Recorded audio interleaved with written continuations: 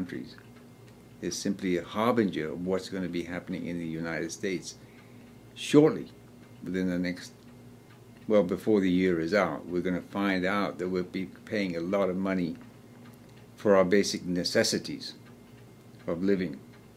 That is food and energy, you know, to heat our homes and light our houses and drive our cars to work and so forth. Because there are various things going on which are coming to a head over the course of the next, between now and the year 2013-14. So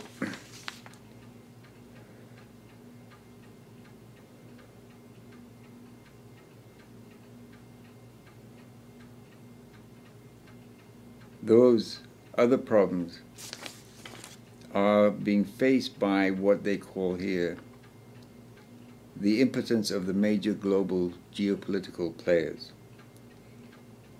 And the impotence of these players is in effect what they say here, in effect one can place these major G20 powers in two groups whose only point in common is that they are unable to influence events decisively. On the one side, and I'm quoting you, we have the moribund West, on the other hand the United States, to whom 2011 will show that its leadership is no more than fiction, which actually has been the case for a long time, and which is trying to freeze the entire international system in its configuration of the early 2000s. And on the other hand, we have Euroland, sovereign in the pipeline, which is currently mainly focused on adapting itself to its new environment and new status and an emerging population geopolitical entity, and which therefore has neither the energy nor the vision necessary to influence world events. Now on the other side we have the BRIC countries, Brazil, Russia, India and China, who are at the moment proving to be incapable of taking control of all or part of the international system, and whose only action are therefore limited to quietly undermine what remains of the foundations of the pre-crisis order. Impotence is widespread at the international community level, increasing not only the risk of shocks but also the significance of the consequences of these shocks. The world of 2008 was taken by surprise by the violent impact of the crisis. With essentially that crisis that they're talking about is obviously the breakdown of the world monetary system such as it is. Actually, it's not a monetary system at all, but we'll get into that later. And it nearly froze up in 2008. But what has been done since 2008 is basically to paper over the cracks and put band-aids in place and fingers in the dikes in the hope of maintaining the status quo such as it is. And all that is done is to, not only because the systemic problems which are at work were never addressed, those actions did two things. They simply postponed the inevitable and made the inevitable much worse.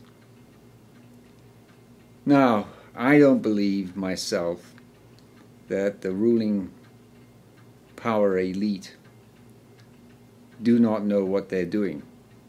I don't believe that. I think they know exactly what they're doing. And all this is planned, what's going on. And so therefore this really makes us as individual people living wherever we happen to be living, that we have to take steps to distance ourselves, which we can do, as I will lay out, from the machinations of the ruling power elite.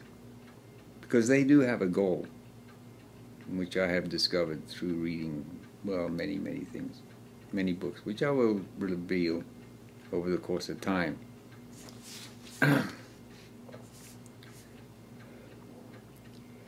So they go on to say here, society is on the edge of socio-economic breakup.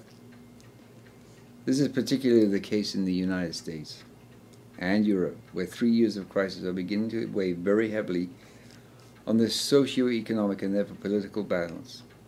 U.S. households, now insolvent in the tens of millions, oscillate between sustained poverty and rage against the system. Now, sustained poverty basically means that we have an unemployment rate of over 20%. It's not what the government tells us, because as we all know, the government is a liar, and they lie through their throats. And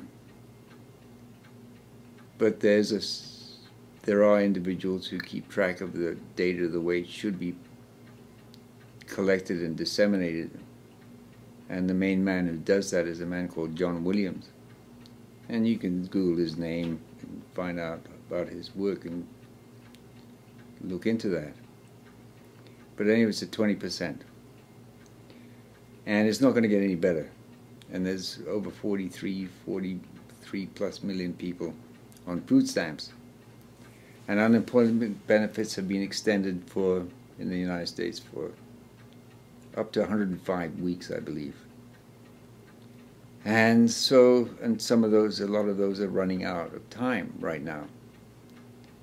And then we have all the problems with foreclosures and mortgages underwater and this and that. So, what does this all mean? These are symptoms of the underlying problems, is what they are. And the fact is that the nation state, as such, is smashing itself to pieces. So it is really a total waste of time and money and effort to try to change this situation at the ballot box. Not going to work. Because fundamentally the politicians everywhere are ruled by the bankers. And the bankers are in themselves, shall we say, directed by entities of which the world has no clue that exist. But I will reveal them over the course of time. So let's carry on with some more excerpts from this report. It is its position at the crossroads of three paths which make 2011 a ruthless year. And ruthless it will be for the states and local authorities which have chosen not to, if they are aware, I mean, I'm talking about individuals also, which have chosen not to draw hard conclusions from the 3 years of crisis, 2008, 2009, 2010,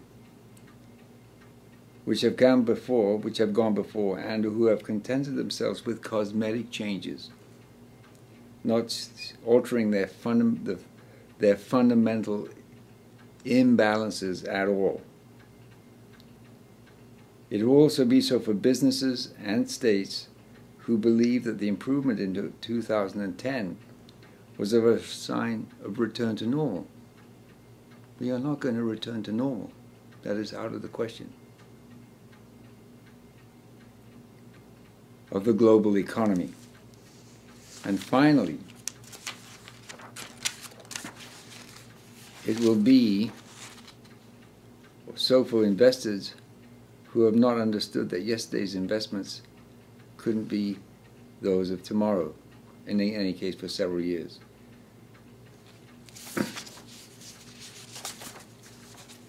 Okay, let me bring out some more quotes here from this.